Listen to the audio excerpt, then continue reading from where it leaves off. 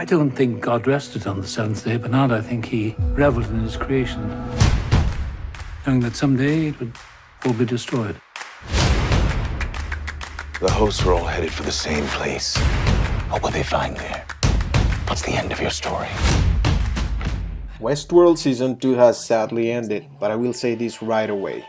It was one of the best, most thought-provoking, visceral, brilliantly scripted and acted pieces of art to ever be put on any fucking screen. Fucking nightmare.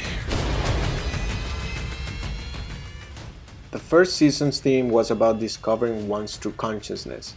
It was a path of self-discovery for the host and their fight to being able to solve the maze. The passage from one world to the next requires bold steps. Now in this second season, they're focusing on questioning hosts and humans' free will. Do we really have one to begin with? What is even real? It also talks about the human nature. Are we able to change, or are we just fundamentally an algorithm of survival, sophisticated enough to think we call the shots, as to quote Bernard? To me, this season is much better than the first one. I think it has a more beautiful cinematography, the story goes even deeper and asks many relevant questions about our nature as a human beings, our reality, and not only does it in a very believable, interesting and creative way, but it also does it in a way where a viewer can be entertained. Also, the actors went so much further than the first season in terms of performances. Now they get to play their characters in a much more complex, emotional and critical states, so the performances of Bernard, for instance, and William, the man in black, were just brilliant. But of course all the others were great too, Dolores, Maeve, and of course our beloved Dr. Ford, Anthony Hopkins. Our primary vision of how Season 2 unfolds is throughout the eyes of Bernard. I think of him as our strongest protagonist because everything we actually see is his memories. As mixed up as they are, we as the viewers experience the same feelings he's going through. We don't really know where we are or what's really happening. And the showrunners state this repeatedly throughout the entire season to remind us that we are supposed to feel confused. We don't get what's happening most of the time, and that we're going through a journey inside Bernard's head. We are his companions. We are remembering alongside with him. And I think they do this perfectly. The editing, all the jumping around between a timeline and the other one is to make you feel that way, is to make you feel like Bernard.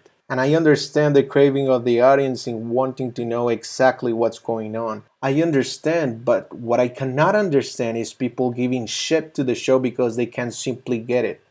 I've seen people rate all these season episodes 1 star on IMDb. 1 fucking star. That's some fucking believable. Nothing deserves 1 fucking star. Well, maybe. But for Christ's sakes, you gotta appreciate the performances, the cinematography, the script, the ambition of the show, the ambition of the questions the show is asking to you. The important question is asking about ourselves as a species. You just can't go spreading your hate for a show without any fucking real argument. You just cannot do that. That's why this season's got much lower scores than the first one. Okay. I needed to let that go, so let's continue. During this season, we follow Bernard's arc, along with Hale, then with Elsie, then with Ford. We also follow Dolores with Teddy, Clementine, Angela and her army of hosts. We also see Abernathy, of course, which is key to the story. We also got to see Maeve's arc with Sizemore, Hector, Armistice, Felix and Sylvester. And of course, William's arc, Billy, the man in black, alongside with Lawrence, motherfucker, and the omnipresent Ford. It is early established that we're going to be following apparently 2 timelines. One that is set 2 weeks after the breakout of the hosts, which would be the present timeline, and the other one being in the past during that time lapse just right after Dolores kills Ford. In the beginning of the past timeline, we start with Bernard and Hale. who are together when Dolores starts Ford's new narrative, A Journey into Night. Dolores is now programmed by Ford to a certain extent to unfold his new narrative, while she takes on the role of the new villain, Wyatt. We start to understand that she wants to go to a place called the Valley Beyond, but other hosts and people call it by many names.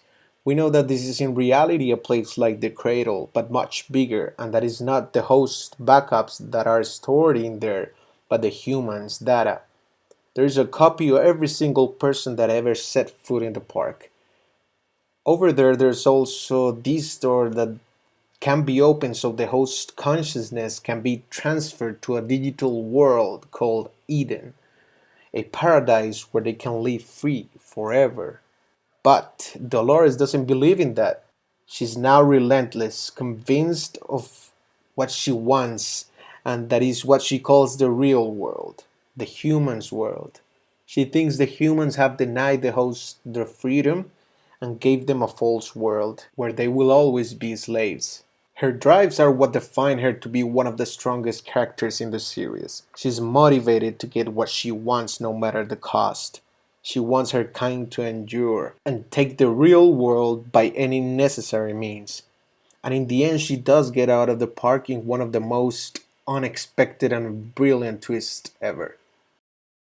Meanwhile, we also follow Maeve's own self-discovery journey. This is more of a personal journey, as we see her objective is really just to find her daughter. She was programmed by Ford to escape the park and be free, because as we know much later in this season, she was Ford's favorite one. In the end, she rejects this path and takes her own. Although she's not meant to care for anybody but herself, she believes deeply that her feelings are real, and she acts accordingly to that. She even goes to Shogun World, another theme park set in feudal Japan. She meets other companions there who help her in her quest. She unlocks abilities that let her control other hosts by entering the mesh network, and she basically is Neo in the park. But regarding this arc, while I think it was great to watch, I see it as less important related to the big story Westworld is trying to tell. One of my favorite arcs of this season was Williams. Ed Harris was just brilliant. I mean, it's just insane. No matter what I say, I can't praise him enough. He has to get nominated for his performance. We go through his journey of what Ford tells him is a self-discovery one. The stakes are now real and he's got to get through the game and also reach a place he calls his greatest mistake, which is located in the Forge. We see his daughter and learn about his past life, how he became the owner of Westworld, his true plans alongside with James Delos to be able to reach immortality, how his life was outside the park, and we get to understand why his wife really killed herself. William's arc is full of darkness, mystery, vengeance, hatred, insanity, and much more. It's one of the most crucial arcs in the story because we learn not just about him, but the entire world itself and about other important characters such as Jim Delos. Finally, I gotta talk about Bernard's arc, which is my favorite one. He's definitely my favorite character because he's not just Bernard, he's also Arnold, and later in the show shares his mind with Ford. So in the end, he's not only the culmination of both creators of Westworld and the host, he's the better version of all. Call him Fornard, Bernarnold, Fornarno, whatever you want, but he's the best. I think the showrunners handled this arc amazingly well. Yes, it was confusing, but confusing good, clever, coherent, because it makes sense to why we were watching the show the way we did. It was not for the sake of confusing the audience, it was because we were seeing it through Bernard's eyes. We were passengers in his mind. Bernard struggles constantly trying to remember what he's done. He's got Delos assaulting him, pressuring him, and yet he does not know why they're asking him those questions. Is he supposed to hide something from them? How can he deal with himself being a host who was recently shot in the head and has all these things going on around him? His own kind is being murdered, and the humans who he spent so many years with are now about to get exterminated by Dolores. What is he supposed to do now with all this information in his head? How can he handle that shit? It's crazy. Jeffrey Wright is not from this world, is all I can say.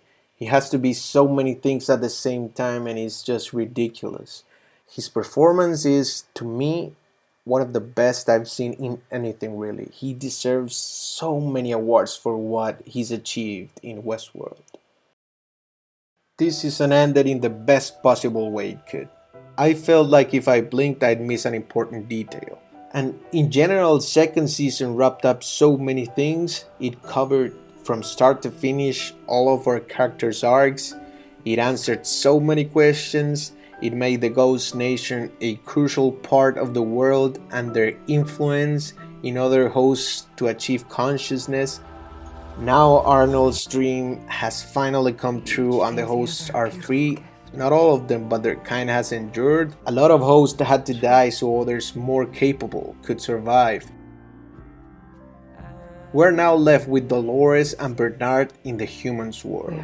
And I like to think of them as Professor X and Magneto from the X-Men universe. They're both a new species, fighting according to their drives, their beliefs, their visions of how the world should be now that they exist. And they will probably become enemies, as Dolores said. But in the end, their kind would have endured. Thank you all for watching, and remember to subscribe to our channel.